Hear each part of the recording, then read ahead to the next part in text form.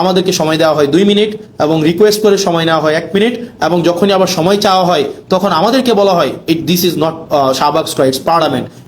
সালাউদ্দিন সাহেব আমাদের স্বরাষ্ট্রমন্ত্রী, উনি যখনই দাঁড়ান, উনি যেহেতু ট্রেজারি বেঞ্চের উনি মেম্বার, ট্রেজারি বেঞ্চের উনি, অর্থাৎ উনি এবং উনি হচ্ছেন স্বরাষ্ট্রমন্ত্রী, উনি যখনই দাঁড়ান যেই বিষয় ধরেন, যেমন মানবাধিকার কমিশন বিষয়ে আমাকে সময় দেওয়া হয়েছিল মাত্র কত, আমাকে সময় দেওয়া হয়েছিল 2 মিনিট, আমাকে সময় দেওয়া হয়েছিল মাত্র 2 মিনিট, মাত্র 2 মিনিট।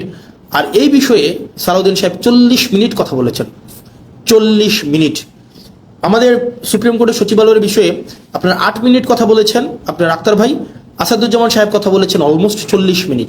তাহলে ঘটনাটা কি দাঁড়ায়? ঘটনাটা দাঁড়ায়, ধরেন কোন একটা অর্ডিন্যান্সের পক্ষে আমি 5 মিনিট কথা বললাম, 5 মিনিট, এটার বিরুদ্ধে সালাউদ্দিন সাহেব 40 মিনিট কথা বললেন, 40 মিনিট, আপনি 40 মিনিট, এই 40 মিনিটে উনি যদি কোনো অযৌক্তিক কথাও বলেন সেটা